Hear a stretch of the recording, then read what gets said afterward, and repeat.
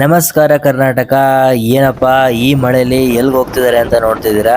ಮಧ್ಯಾಹ್ನ 2:30 ಆಗಿ ನಾವು ಮೈಸೂರ್ನ ಬಿಟ್ಟು ಹೋಗ್ತಾ ಇದೀವಿ.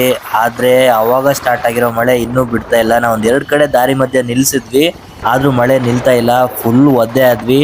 ಆದ್ರೆ ನಾವು ಇವತ್ತು ಹೊರಟಿರೋ ಡೆಸ್ಟಿನೇಷನ್ ಮೈಸೂರಿಂದ 25 ಕಿಲೋಮೀಟರ್ ದೂರದಲ್ಲಿರೋ ಸಾಗರಕಟ್ಟೆ ಬ್ಯಾಕ್ ವಾಟರ್ಗೆ.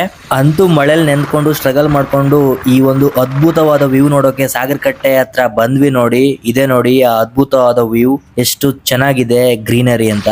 ನಾವ್ ಇಲ್ಲಿಂದ ವಾಪಸ್ ಹೊರಟ್ವಿ. ಇಲ್ಲಿ ವಾಪಸ್ ಹೊರಡುವಾಗನೇ ಮಳೆ ಹನಿ ಆಗ್ತಾ ಇತ್ತು. ನಮಗೆ ಗೊತ್ತಾಯ್ತು ಮತ್ತೆ ನಾವು ವಾಪಸ್ ಹೋಗುವಾಗನು ಮಳೆಲಿ ಸಿಕ್ಕಾಕೊಂತೀವಿ ಅಂತ. ಆದ್ರೂ ದಾರಿ ಮಧ್ಯೆ ಬರ್ಬೇಕಾದ್ರೆ ದೇವ್ರ ಹತ್ರ ಮಳೆ ಬರ್ದೇ ಇರ್ಲಿ ಅಂತ ಕೇಳ್ಕೊಂಡ್ವಿ.